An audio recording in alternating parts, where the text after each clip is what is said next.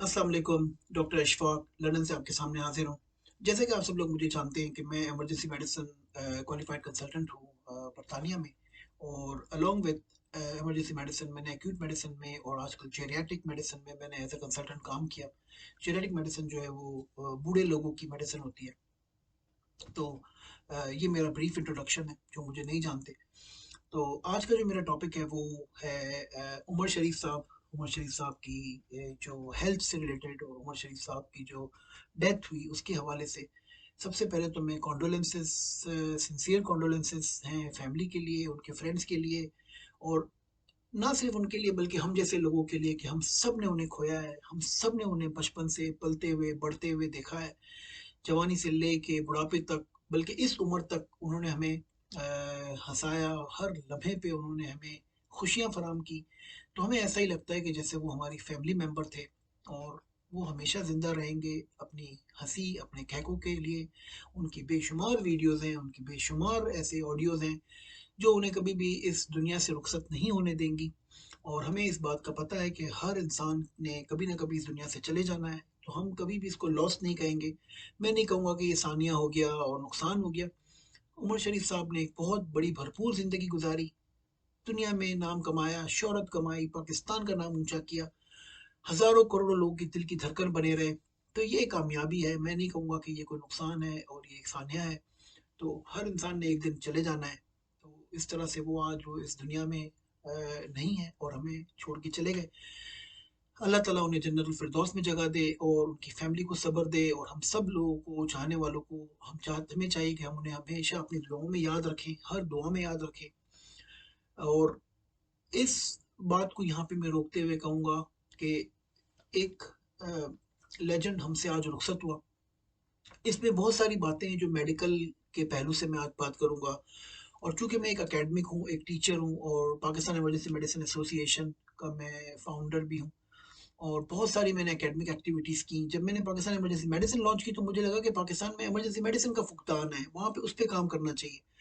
लेकिन अब जब मैं देखता हूँ तो मैं देखता हूँ कि पाकिस्तान में तो कम्युनिकेशन स्किल्स का, मेडिकल कम्युनिकेशंस का, एथिक्स का और एंड ऑफ लाइफ केयर का, पैलिएटिव केयर का, इन सब चीज़ों का भी फुकदान है। तो हमें इस पे बात करनी चाहिए। अ, जब उमर शरीफ साहब, इस पे मेरी बात करना क्यों ज़रूरी है कि जब भी कोई सानिया हो तो इकबाल कहते हैं कि मोमिन जो है वो अपना सेल्फ एहतसाब करता है, वो अपनी सेल्फ एनालिसिस करता है, वो अपना ऑडिट करता है और फिर वो चेकलिस्ट बनाता है कि हम कहाँ गलत हुए, कहाँ सही हुए।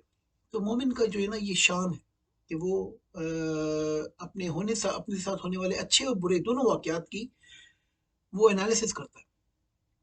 तो मैंने सोचा कि मैं एनालिसिस करके दूं, क्योंकि मेरी गवर्नमेंट के पास, पाकिस्तान के पास, लोगों के पास इतना टाइम नहीं है कि वो इस पे रिफ्लेक्ट भी करें और उस पे एनालिसिस भी करें।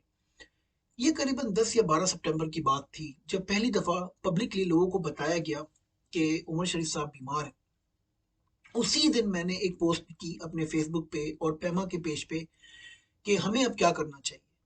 हमारे पास 2-3 हफ्ते थे, हम उस पर अमल कर सकते थे और एक बहुत बड़े सहाने से बच सकते थे।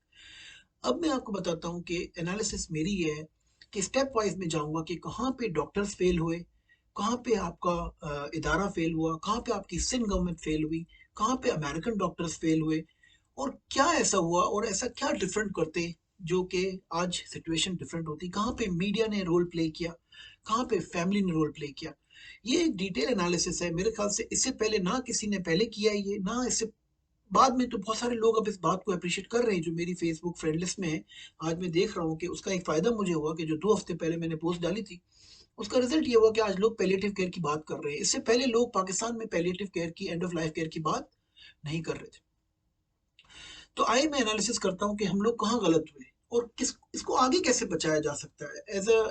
एज अ पाकिस्तानी इन कहानियों को हम आगे कैसे बचा सकते हैं। तो उमर शरीफ साहब का परदेश में गरीबुल वतनी में एक एयरपोर्ट पे हालात में रुकना, उतरना, फिर जर्मनी में उनकी डेथ का हो जाना, उधर से अब डेथ बॉडी को लाना एक प्रोसेस है। और उस प्रोसेस में हमने क्या चीज़ों का नुकसान किया, what we lost, it's really very important to analyse. सबसे पहले मैं आपको बात बताऊं कि मैं तो 5,000 6,000 मील दूर बैठा हूँ, लंदन में हूँ।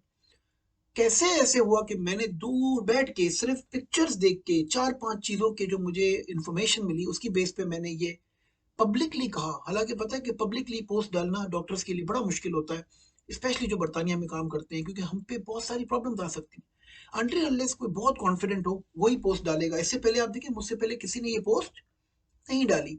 इसकी वजह ये कि इतनी हिम्मत ही नहीं होती किसी में कि वो ये पोस्टें डाले पब्लिकली, क्योंकि उनको ये डर होता है कि यार कहीं वो गलत ना हो और कहीं वो ये उल्टा बैकफायर ना करे।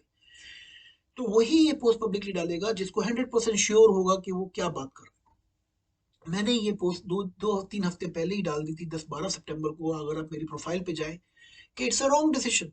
उमर शरीफ साहब को जो है वो ट्रांसफ़र नहीं करना चाहिए। अब क्यों नहीं करना चाहिए? मैं क्या कोई यहाँ पे बैठा हुआ खुदा हूँ? कोई मेरे पास कोई इल्हाम है कि इतनी बड़ी बात मैंने कर दी? लोगों ने मुझे कहा कि यार आप तो उनके प्राइमरी फिजिशियन नहीं हैं, आप तो कार्डियोलॉजिस्ट नहीं हैं, आपको कैसे पता चला? तो आइए मैं इस पे बात करता हूँ कि मुझे कैसे पता चला।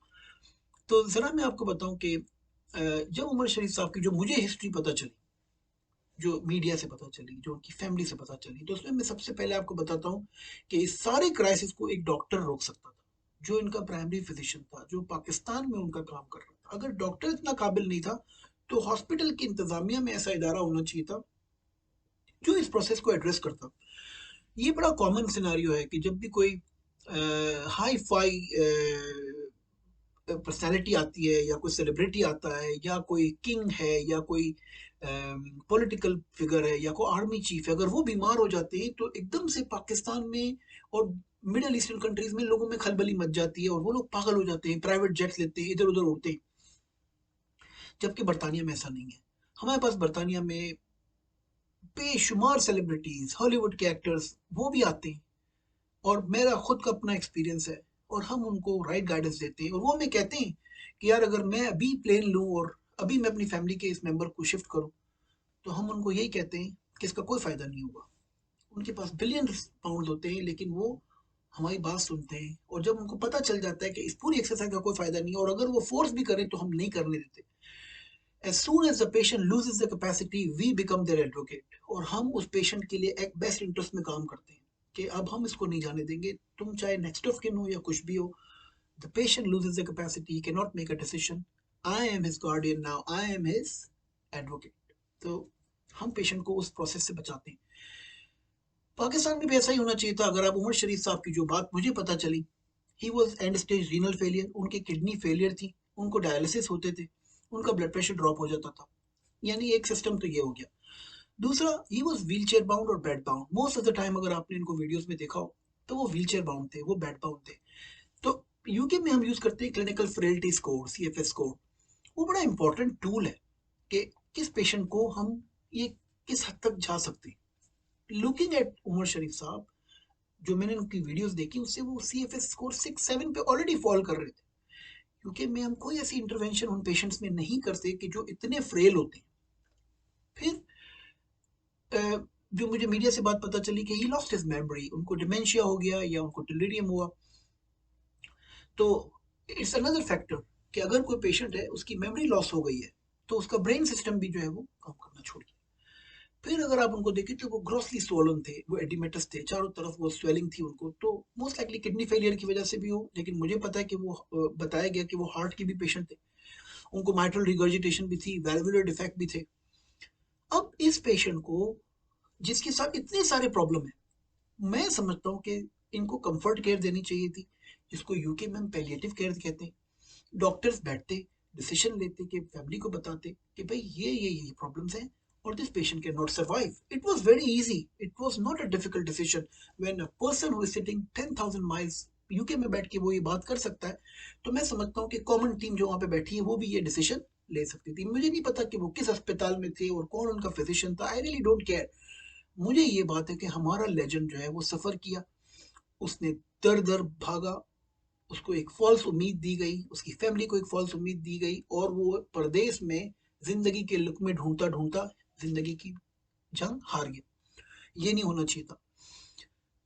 फैमिली के साथ बैठ के डिस्कशन करते, end of life care plan करते, घर में इनको कंफर्ट देते, इनको बार बार हॉस्पिटल में ना लाते, उनके मदाह उनसे मिलने आते हैं, उनके दोस्त यार उनसे मिलने आते हैं। जब इंसान डेथ बेड पे होता है तो वो चाहता है कि उससे दोस्त मिलें, उसके रिश्तेदार मिलें, कोई रिलीजियस एक्टिविटी हो, कोई मिलाद हो, कोई नात हो, जो भी उनका रिलीजियस वो है वो करते। अनफॉर्चुनेटली उमर शरीफ साहब से उनकी ज़िंदगी के आखिरी दिन छीन लिए गए, जो कि द मोस्ट इम्पोर्टेंट दिन थे। जब भी इंसान इस दुनिया से रुखसत हो रहा होता है और अगर कोई डॉक्टर उसे कह दे कि आपके पास कम वक्त है, that is the best doctor, क्योंकि उसने आपकी वो प्रॉब्लम सॉल्व कर दी जो कोई और नहीं कर रहा था।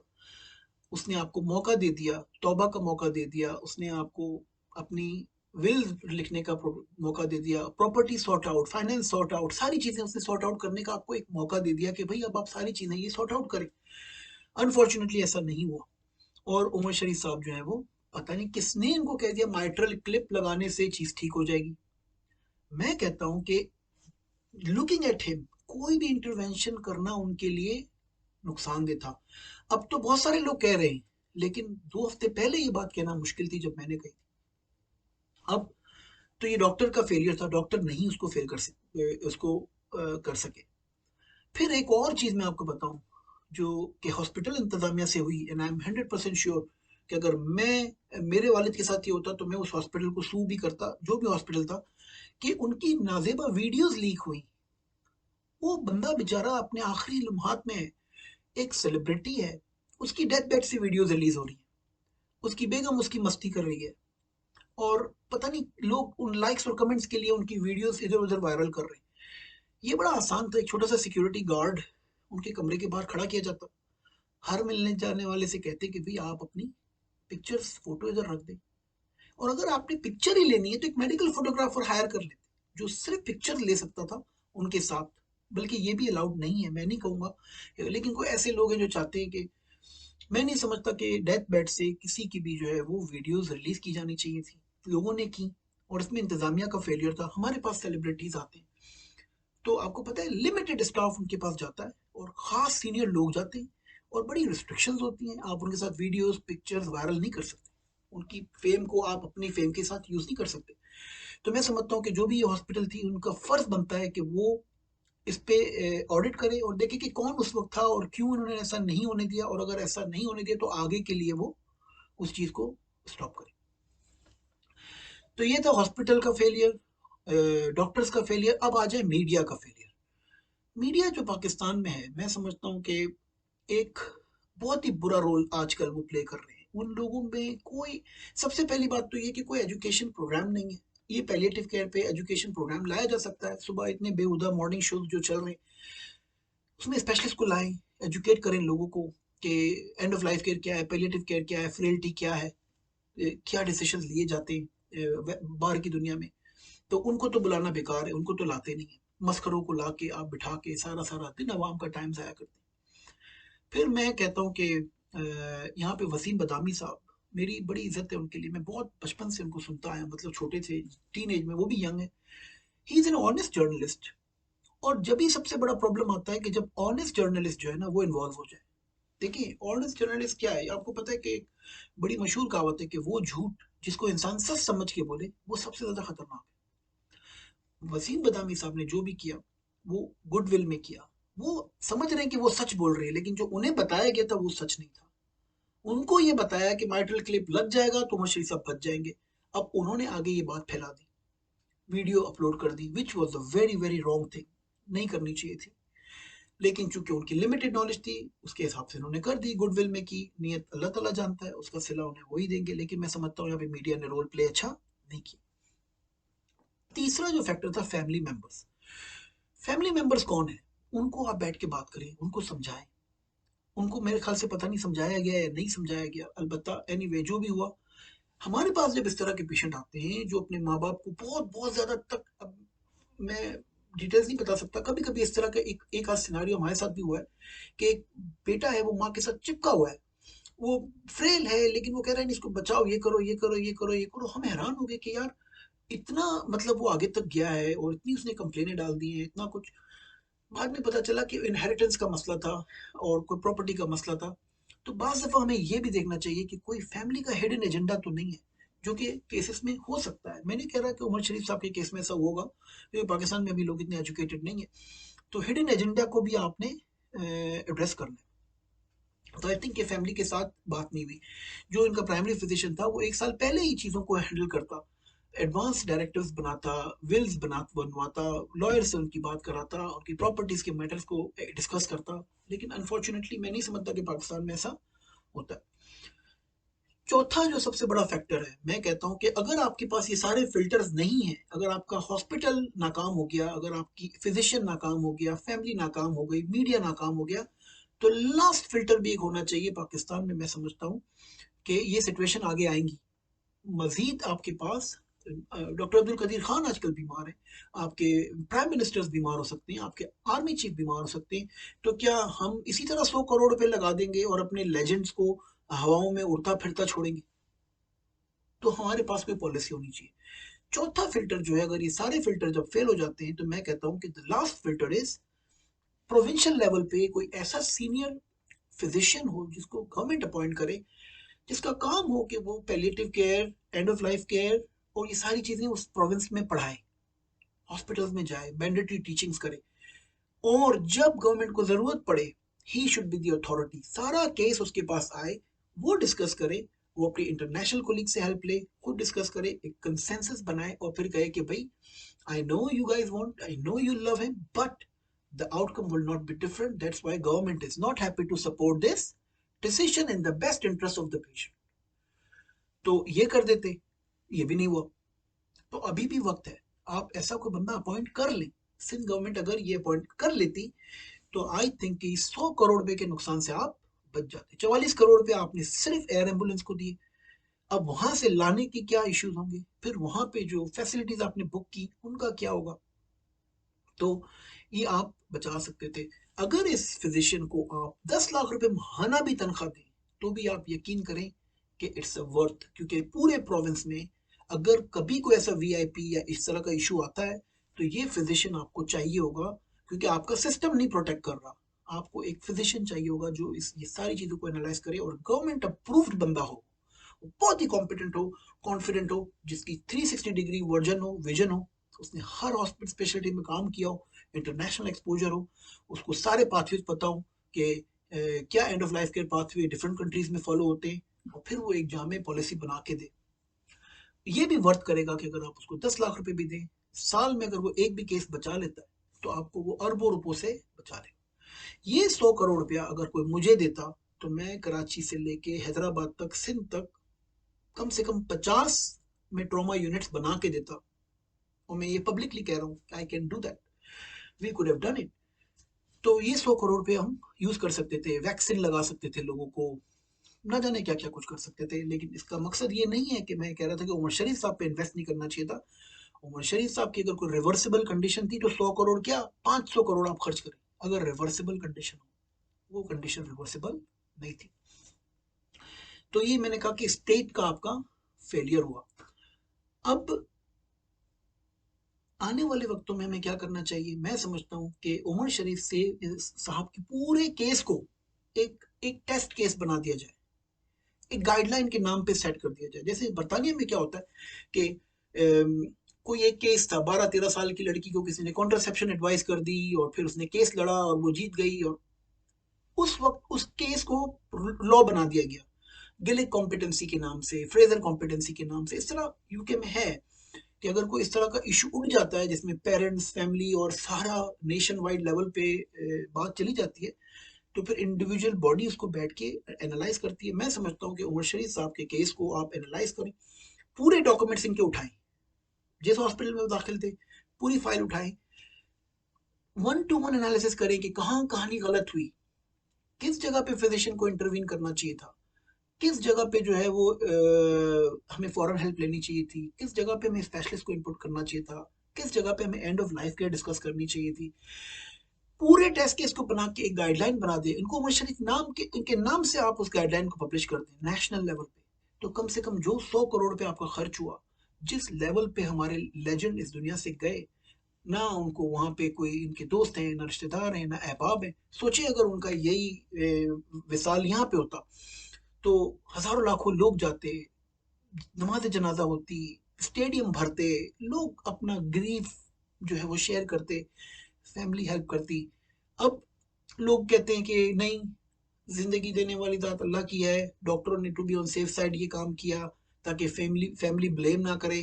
भाई फैमिली ने तो ब्लेम करना ही होता है, अगर फैमिली ने करना है तो करना ही है, ब्लेम तो होगा, ब्लेम से आप नहीं बच सकते। वो ये कहेंगे भाई लेट क्यों ले, जर्मनी में क्यों रुके, क्लिप लग जाता तो ठीक हो जाता, साल एक साल पहले लगा देते। तो blame will always be there. तो ब्लेम से बचने के लिए आप पेशेंट को सफ़र नहीं करा सकते, ब्लेम से बचने के लिए आप अपनी जिम्मेदारियों से मैं समझता हूँ कि पाकिस्तान में ये वाक़यात होते रहे। डॉक्टर सईद मिनास हों जो कि एक सर्जन थे, ट्रॉमा सर्जन थे, उनको हेड इंजरी हुई, वो 2 महीने मेरे ख्याल से वो वेंटिलेटर पे रहे। किसी की हिम्मत नहीं थी कि वो ये बात करे फैमिली से जाके कि यार 2 महीने, पाकिस्तान इंडिया अमेरिका में 2 महीने आप ब्रेन डेड पेशेंट को वेंटिलेटर पे रख रहे। सिमिलर केस हुआ था, एक आगा खान का ट्रेनी था, डॉक्टर था, जो गन शॉट उसको हुआ था और वो नेफ्रोलॉजिस्ट था, और बाद में वो बीमार हुआ, और फिर वो व्हील चेयर बाउंड था, वॉज वेरी वेरी सिक। तो कितने महीनों तक उसको वो बीमार रहा, फिर उसको वेंटिलेटर पे डालते रहे। उसके लिए फिर उन्होंने मुहिम चलाई कि भाई गो फंड मी, पैसे जमा करो हॉस्पिटल को देने। जिन फैमिली ने कभी जिंदगी में किसी से पैसे नहीं मांगे, एंड ऑफ लाइफ केयर में आप उनकी डेड बॉडीज पे उनको मखरूज कर रहे हैं। आपको इम्पोर्टेंट चीज़ ये है कि आप जाके बात करें फैमिली से, ओपनली डिस्कशन करें। कम्युनिकेशन और एथिकल सिनारियोज में हम हमेशा फेल हुए, चाहे वो शर्मीन वेस्ट चुनाई वाला केस हो, चाहे वो सईद मिनास वाला केस हो, उमर शरीफ वाला केस हो। तो कब तक ये फेलियर होते रहेंगे? हम लोगों का ये फ़र्ज़ है कि आज इस केस को टेस्ट केस लें, और ज़रूर ज़रूर एक जामे पब्लिकेशंस बनाएं, एक गाइडलाइन बनाएं, इंडिविजुअल फिजिशियंस को अपॉइंट किया जाए इस मामले के लिए प्रोविंशियल लेवल पे कि भाई अगर कल को कोई इस तरह का केस आता है, how we will respond. I think ये मेरा पॉइंट था, और ये मैंने 2-3 हफ्ते पहले ही पब्लिश कर दी थी बात।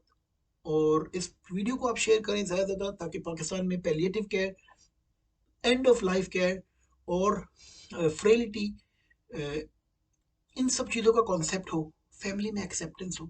मीडिया प्रोग्राम्स चलाएं, आप बहुत सारी चीज़ों को इस पर डिस्कस कर सकते हैं।